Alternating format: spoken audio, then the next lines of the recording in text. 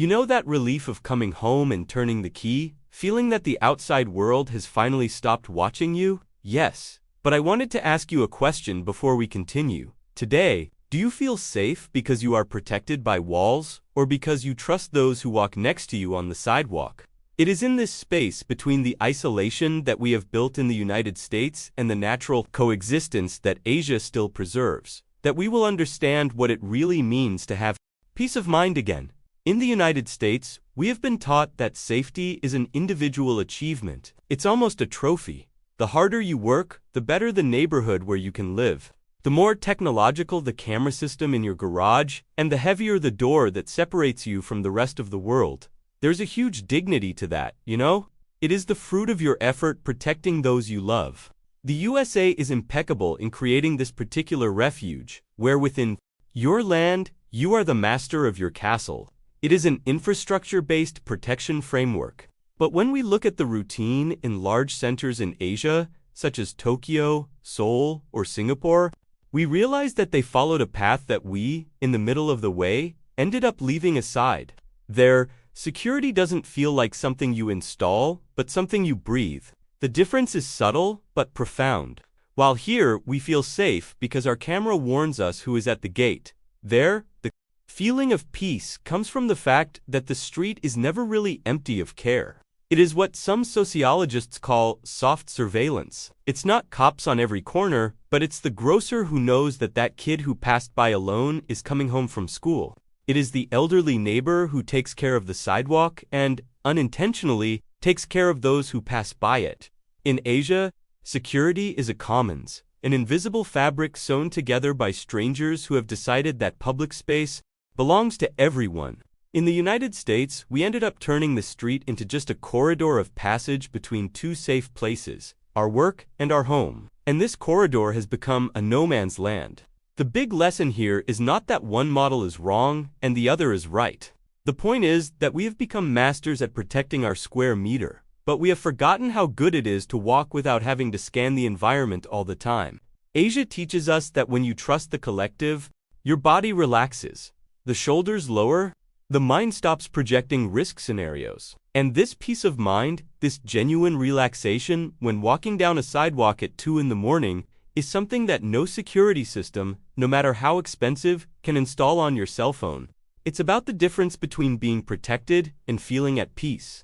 And perhaps, on the road to progress, we have exchanged the neighbor's gaze for a glass lens at the top of the wall. If this reflection is making sense to you and helping you see our routine from an angle that no one usually shows, leave your like below. It is his sign that this dialogue needs to continue.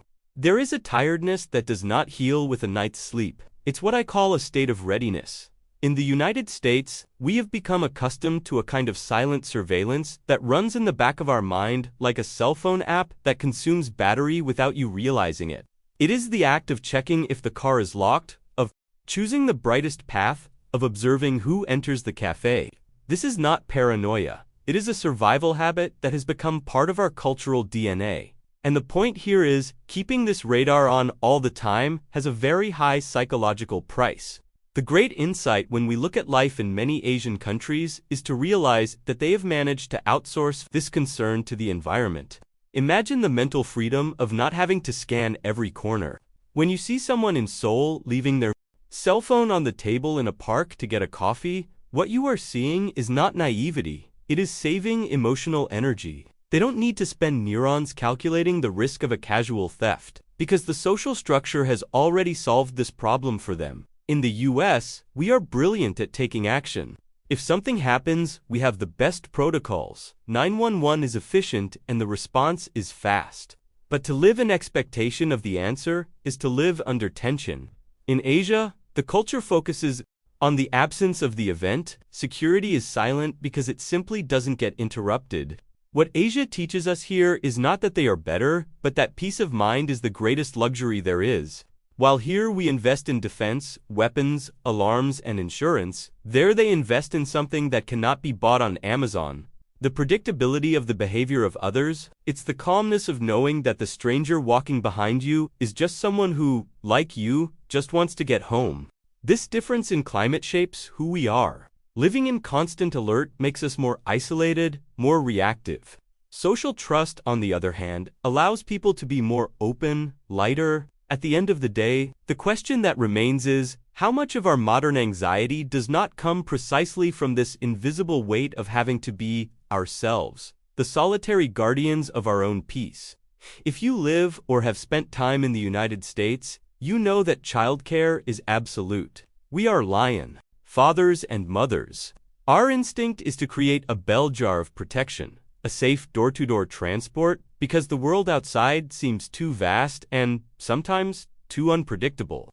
There is a beauty in this dedication, in this desire to spare the little ones from any risk. The U.S. is a master at creating controlled environments, pristine parks, and schools that are veritable fortresses of learning.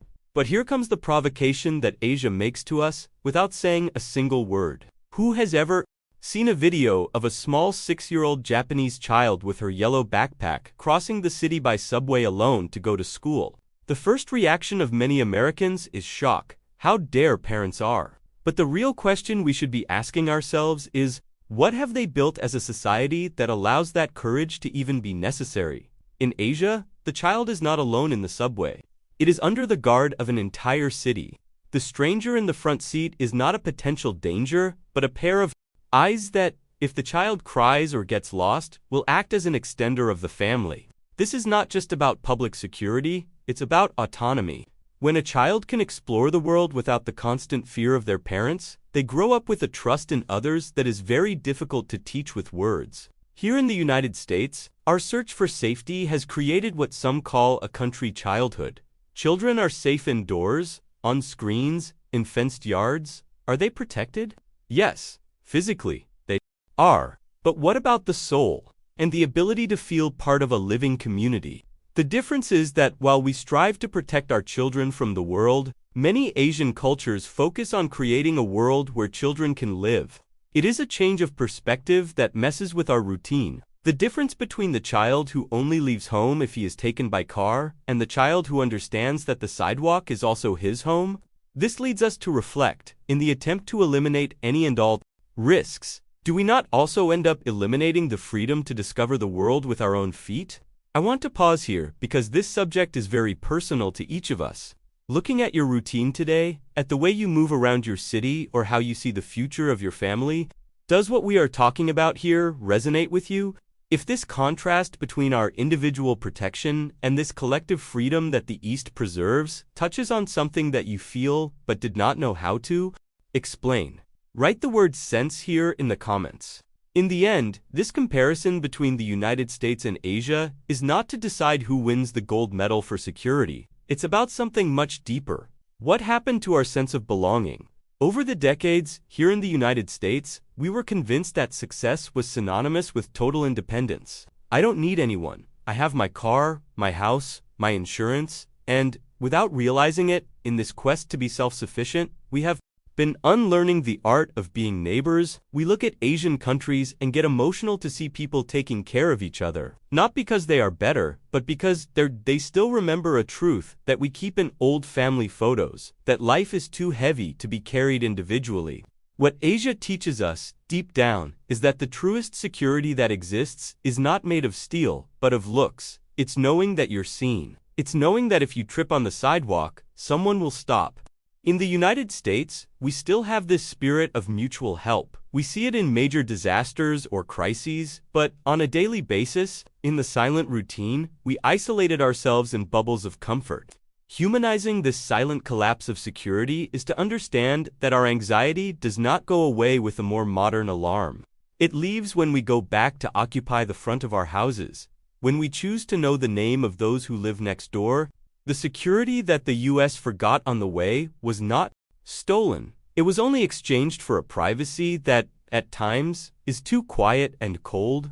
To feel safe is, first of all, to feel at home in the world.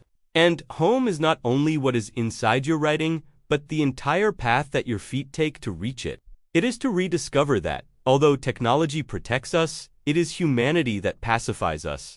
We don't need to transform America into something else. We just need to rescue that part of us that knows that the other is not a risk to be managed, but a companion on the journey. It's a difficult conversation, I know, because it messes with our fear, with our routine, and with the way we were raised. But it is a necessary conversation for us not only to survive in our fortresses, but to finally return to living fully in our cities. The truth is that there is no right side. The United States chose the power of privacy, and Asia chose the power of coexistence.